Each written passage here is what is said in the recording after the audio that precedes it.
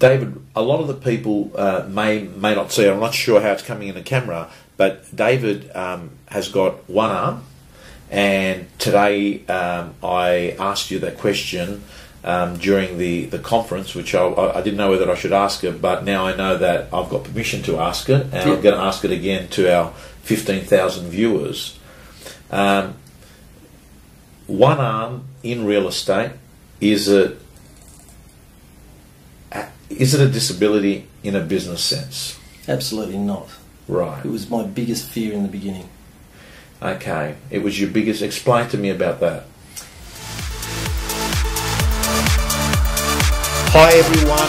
I've just finished the training real estate gym here in Perth, and one of the people I had on our panel is David Weir. He was exceptional today, and we're going to do this Q&A with this great performer. He's writing approximately $700,000 in gross commissions, and he works at a marketplace that is not a multi-million-dollar suburb. So you're going to hear how this guy does it. How are you? Oh, I'm good. Hey, just give us a background, David. Your average price is what? About $450. $450. Okay. Your average commissions that you get per property? About 11,000. Okay, 11. How many houses did you sell like last year? 64. 64 homes. Okay. You work for Peter Peard. That's correct. And you've been working there how long? Ooh, I think been with the Peard Group about 6 years. 6 years. Okay. How long have you been in real estate? 14, coming up 14. 14 years. You've got an assistant? I do, yep. Okay. Guy or girl? It's a girl. Yeah? Yep. And what does she do? She looks after mostly my administrative side of the business at the moment. A lot of the marketing, organising my flyers to go out, direct mail, looking after my vendor reports, and also organising a lot of my time looking after building inspections, termite inspections, and any buyer appointments that I can't actually get to. Right. Okay. Now, I want to talk to you a little bit about our audience is real estate salespeople, and they're sitting there and they're thinking to themselves, this guy's doing all right. He's making 300 grand or thereabouts for himself, selling real estate. Do you work hard? I do. Okay. What does hard look like to you? I mean, hours-wise? Start off, kick off. I'm on the iPad checking emails and things about 8 o'clock in the morning. Yeah. Generally get up and then have your breakfast and then kick it in at 8 o'clock.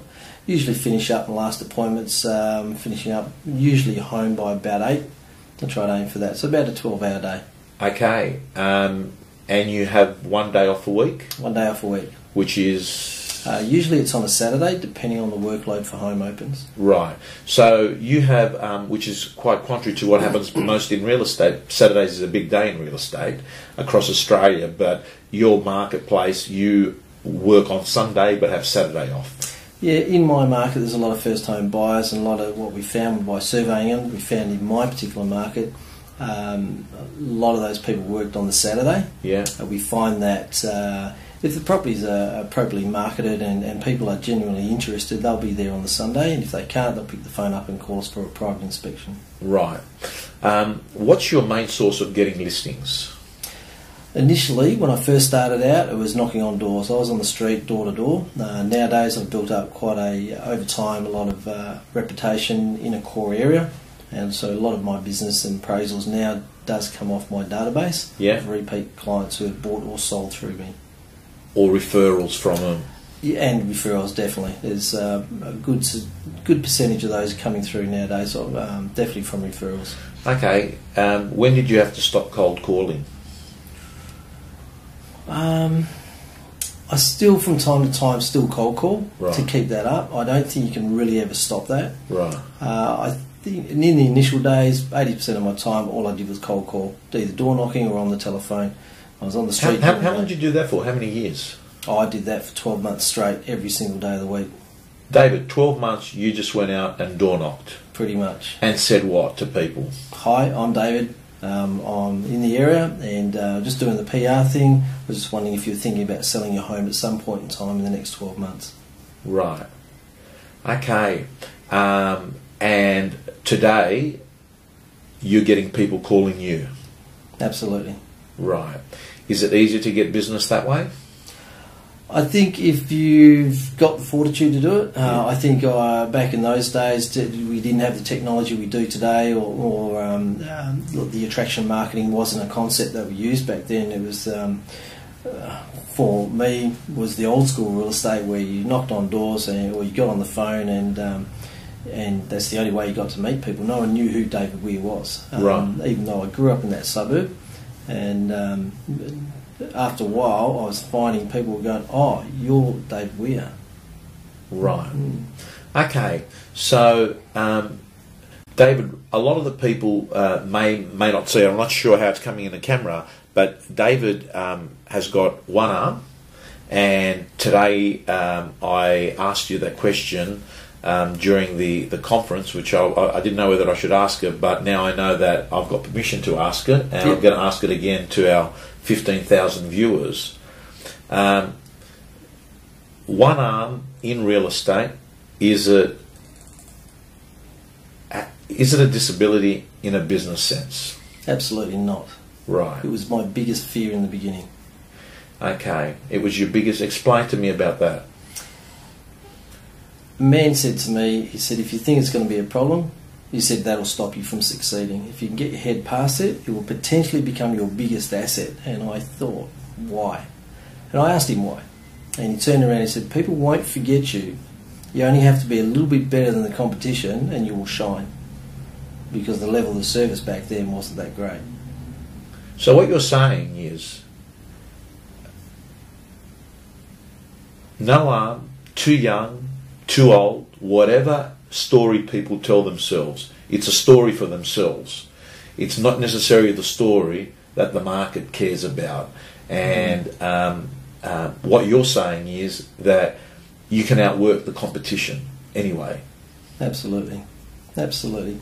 I believe that people out there, you often hear it from other people saying they don't care how much you care or how good you are until they realise how much you do care. If you come across genuinely, whether you've got one arm or one leg, or whether you're 6 feet 10 inches tall or you're only 5 foot, that makes no difference. Deep down they're looking for a good person, isn't it? They call for an agent to come over to do a listing presentation, and whether a large person or small person, a guy, a girl, an older or young one, a person with an arm or no arm, what they're looking for is a good human being to show up. And I think what you're, more or less articulated, people don't care how much you know till they know how much you care. Yeah. And I get that. And you do care about people? Absolutely. I've got a big heart. I've been called a big softie. Right. I'm very strong in my negotiations. I'll stand my ground on my fees and my VPA. But as far as when it comes down to it, I've got a big heart and pretty sensitive like that. And I think people pick that up. If you try and be someone you're not, if you try to pretend you're a professional salesman, people know that. And I don't think people like salesmen because there's that old adage of, "Oh, you're going to catch me." As soon as you say you're a salesman, they think that you're some sort of a shark because of the old days of the old strategies of tie downs and locking people down and roping them up. I think like anyone listening to this, I think that's a really important thing. One of the biggest compliments you can get in real estate is when someone says, David was different. He was not like a typical agent. That's one of the biggest compliments. Yes. When they straight away say, you don't define what I call real estate is. Real estate to me was people that are shifty, that are smart talking, that are fast.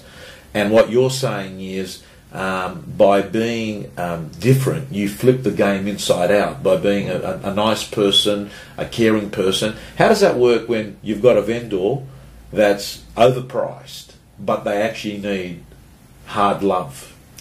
I think an overpriced vendor is, I feel for myself, we set it up in the actual listing as far as everybody just wants the chance of the extra dollars. They want the opportunity of hoping for the extra dollars. So if I think a property's worth $500,000, they're sitting there and they've had 2 other agents in before me, and they're saying, "Oh look, we think we can get you $550." I'll sit there and say, "Look, at the end of the day, I can't tell you won't get it because there might be a desperate buyer out there. Let's have a chance at it. But if you follow the process, if the buyer's not there, we will need to come back to a realistic place in the market where you will sell your house." And so I tend to build in that price reduction right up front. Okay, so what you're saying is you're not a destroyer of dreams at the start. No. But you set it up to say that if we don't get that dream price, we will readjust. But you don't sit there and say you're not going to get that price. No, unless it is, blatantly unrealistic. Yeah. I'll tell them, look, it's possibly unlikely you're actually going to get that. At the end of the day, look, I'm happy to have a go at that if you want. I said, just bearing in mind, if the buyers aren't there and the market's not there at that level, you are competing against other properties, so we will need to reposition you competitively so you can get that buyer. Okay. I want to talk to you a little bit about having your typical week, what it looks like. I mean, do you do certain things on certain days? Is there a pattern to your week? Yes, there's definitely a pattern to the week. We all know having an ideal week is definitely beneficial.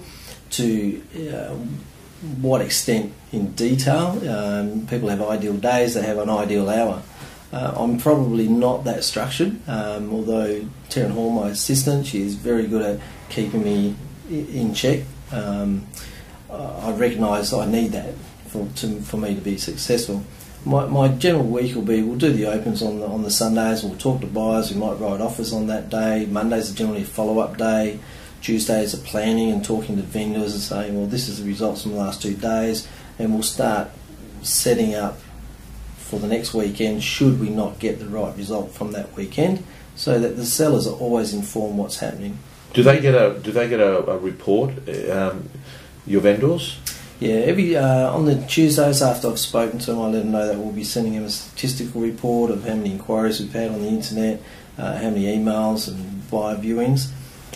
So they will get that sent out to them on the Tuesday or Wednesday. That's an email, is it, they get? It generally goes out in an email, and we also post them a hard copy so that they've got a hard copy there. And the benefit of a hard copy, I still feel that it sits there in their house a bit longer. Right. An email, they'll look and they click off it and it's out of their head, but a piece of paper will sit there. So if they're not getting the right result from the market, or the market softens on them, at least they'll have the stats sitting there in front of them on the dining table for the next few days so they can mull it over.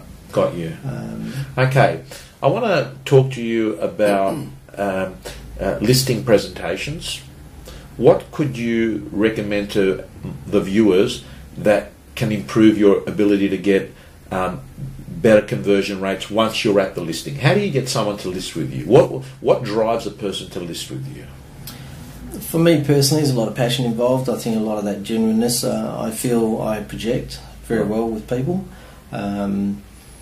That in itself will not secure somebody's business. They need to know that you're knowledgeable. They need to know that you have a structured process. That they need to feel that they can trust you, not just trust you in an ethical way, but also trust you that you're going to be able to take their property and take it through a process and prepare it for the market and get it on the internet. And all these little pieces along that journey, they need to feel that they know that you know what you're doing, and because they're going to hand this over to you.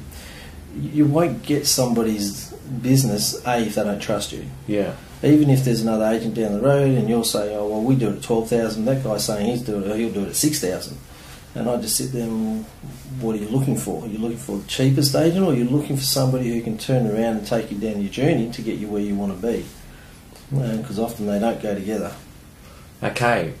So you're not the cheapest agent in your area? Definitely not the cheapest agent, no. Right. So you are up against commission cutters? Absolutely. Every day of the week. Okay. And what you're saying is that you articulate it by showing that, that you're worth more? Worth more and care more. Right. I generally tell them that I'm not there to buy their business by heavy discounting and offering free VPAs and that, and I try to educate them in the benefits of investing in maximising their potential to expose the property in the right areas. Be it the internet or be it in the Sunday Times and newspaper print, right. I think is definitely Buyers come from all different areas of the market, and I like to say, well, you don't want to restrict it, because I have had somebody, the little old lady who doesn't use an internet, and she still goes down the shop and she buys that newspaper. Because I've seen them walk into the home opens with that paper. Right. Okay. I want to, move the talk now, if I can, David, to 13 years in real estate, 6 years now that it's going with your current brand. What are the best 3 pieces of advice that you can give to the viewers? What about the 3 things you'd say to yourself on day one in real estate, knowing what you know today? Smarter, wiser, sharper. What are the 3 things? Probably 4 things. The number one thing you need to don't lose sight of is why you get into real estate. Right. For me, getting into real estate was an opportunity to pursue my dreams to become successful within myself as an individual. Right. And that I wasn't dictated by an industry or corporation that was going to have jobs for the next guy because of politics, or you're restricted because of this is your academic level. And I saw real estate as a vehicle to fulfill my desires and stimulate all those things that makes me feel great, because I love helping people and serving people and getting a sense of self-worth. And I've got my dreams and I want to be successful. I wanted the nicer home, I wanted the nicer car, I wanted to get a boat, and I wanted to live near the coast one day, and I've achieved those things. And that is very, very deep in my heart, and you need to hang on to that, and hang on to it with all your might. Okay, so what you're saying is keep your eyes on the prize, and actually have a prize set up in your mind. Have some goals. Have the reasons why you're doing this is important. How do you get to remind yourself that this is what it's all about? What do? You just reflect on it? How does one stay motivated during a time when you go through the heights of exhilaration to the depths of depression in one day, sometimes in real estate? How do you stay motivated? It's on my computer. It's on my screensaver. Is it? The big 35-foot Bertram boat that I'd always like to get one day. I haven't got the new one day, but it's a goal. It sits there as a visual. And it's in front of me all the time. It's a visual. You need visual reminding, otherwise... Yeah, it's like having goals. Goals are dreams. They're not goals until you write them down.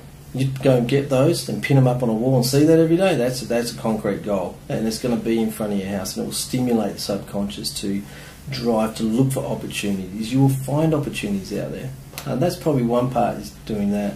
Okay. Second part, definitely having a structured week, to have a plan during the week, to slot in the big important things, to make sure you do those calls. To make sure you do your prospecting, generating activities, especially in the early days. Okay, so having structures very important, you're saying, and being organised, and what you're saying is to have in your early days prospecting as non-negotiables. Absolutely, yeah. If you don't prospect, you're not going to be talking to people. If you're not talking to people, they don't know who you are. Right. And somebody else will be talking to them. Okay, so we've talked about having a goal, a purpose, a passion, reminding yourself while you're in there. We've talked about adding some structure, having a plan to your week, to your real estate career. Number 3? Train. Get into scripts and dialogues, get the CDs. There's a mountain of education out there, and I've heard Zig Ziglar. I listened to him religiously, day in, day out, before I was in real estate, just to keep me motivated and keep that positive input, and put yourself around the right people, and or get the right people around you, and get a mentor, get somebody who's going to keep you in check and give you that encouragement for those days when you have tough days. And I've got a chap, and I ring him up and say, "Hi, how you going? Just thought I'd give you a quick call. Just want to have a chat. It's been a crappy day, or someone beat me on that deal, or what should I do here?" So everyone needs somebody to turn to. I think, David, you summed it up. I think most people, I know myself, and I know most people around me, work better when they have support. And a support, like a lot of people turn around and say, what is support? What's a coach? Well, to me, a coach in many ways it's no different to the uncle that used to give you good advice when you were younger. It's no different to a mentor that you had, that you may have been growing up through sport. It's someone that is got your back, someone that is in your corner. when you need them, right? So, and training, so, you know, and today there's a plethora, isn't it? All you've got to do is Google. YouTube's free, so no excuse, I can't afford it, because nearly everything's for nothing. Training, what else? So we talked about training. Your dialogue. Scripts, dialogue. It's put your passion, goals. Organisation, training, dialogues, and just be real. Be real with people and get out there and do what you're supposed to be doing. It's easy to fluff around in real estate. It's very easy to look busy in an office. It's very easy to get caught up in technology and looking for the perfect fly and reinventing that. And I find a lot of people looking for the key phrase, that the golden phrase that's going to be on that flyer that someone picks up and goes, "Ooh, I've definitely got to ring that person." Well, the golden key is talking to people. Yeah. The golden key is repetition. I had a great mentor, a chap by the name Mel Beveridge, and he came out of a very structured training system in real estate. And I had a great mentor, and he said, next, he said, just keep going, David. He said, in every 100 people that you speak to, there's probably going to be somebody there that's definitely going to be listening to their house. Yeah. And I hit 230 something people, and I remember saying to Mel, this doesn't work. Yeah. Well, 230 people, nobody wants to sell a house. Yeah, well, I've got to tell you, there's a great line, David. You want to succeed, fail faster, which means the faster you're failing, the closer you're becoming to succeed. Because if you know that it's going to be 47 points of contact with a potential person before you get a listing, you know that the more you're getting to that 47, the faster you're going to succeed, you know. Yep. Look, I've got to tell you, I've really enjoyed today's Q&A, and more importantly this video blog that people are watching. Here's a guy that has chosen not to choose to view a problem as a problem, and he has turned around with many people would turn around and say, oh, well, you know, I'm not suited to real estate, I haven't got an arm, or many people have got, everyone's got a story. I'm too young, I'm too old, I'm not smart enough, I'm not good looking enough, I don't have contacts. Everyone has a story. The way you view the problem is the problem, and I think it's a credit to you what you've done with your real estate life. It's been an absolute pleasure having you on our blog. And thank you so much. Thank you, Tom. Thank you so much. Thank you. And you're talking to me about things that are not about the market, because you can't do anything about the market. You're telling me things that you can do irrespective of what the market's doing. But a lot of agents just keep focusing on the market. The market, I mean, you hear about two marketplaces: the external marketplace, which we just covered, about things you will never control, and then you'll hear about the inner marketplace, which is stuff that you can control, and it's basically between your head. So the way I look at it is that in my market, and I'm sure it's consistent with many geographical markets, is that during a 12-month period, the same amount of owners manage to connect with the same amount of buyers, and a transaction or sale takes place. Right. It's just a matter of whether you're the agent in between collecting the commission. So it's all about just increasing your market share. It's got nothing to do with the marketplace. If you're increasing your market share, then transactions will take place, and either you're the one who's going to be in the middle transacting the property, or it's going to be somebody else.